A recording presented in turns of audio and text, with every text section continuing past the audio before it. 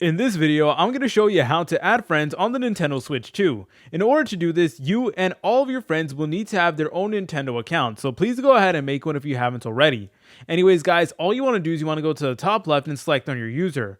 Once you're done with that, all you want to do is you want to select on add friend right over here, and you guys have multiple different options. So number one, we could add people with their friend code. So every single Nintendo Switch account will have its own unique friend code, and it's basically a 12-digit code that you need to enter over here in order to add someone. We could also go ahead and search for users we played with before, and a list of them will appear right over here. We could also go ahead and search for local users, basically people who are in the same Wi-Fi network as us. And this is typically good if you have people over at your house or something like that. But if you want to go ahead and find the friend code, all you want to do is you want to go ahead and select on profile. And here is your individual friend code. So you can go ahead and give this friend code out to other people who are trying to add you as a friend. But you guys could write your friend's friend code right over here. And then from there, they can go ahead and accept your request. For example, I have some requests over here, so let's go ahead and accept them. And all you want to do is you want to go ahead and just press on become friends, just like so.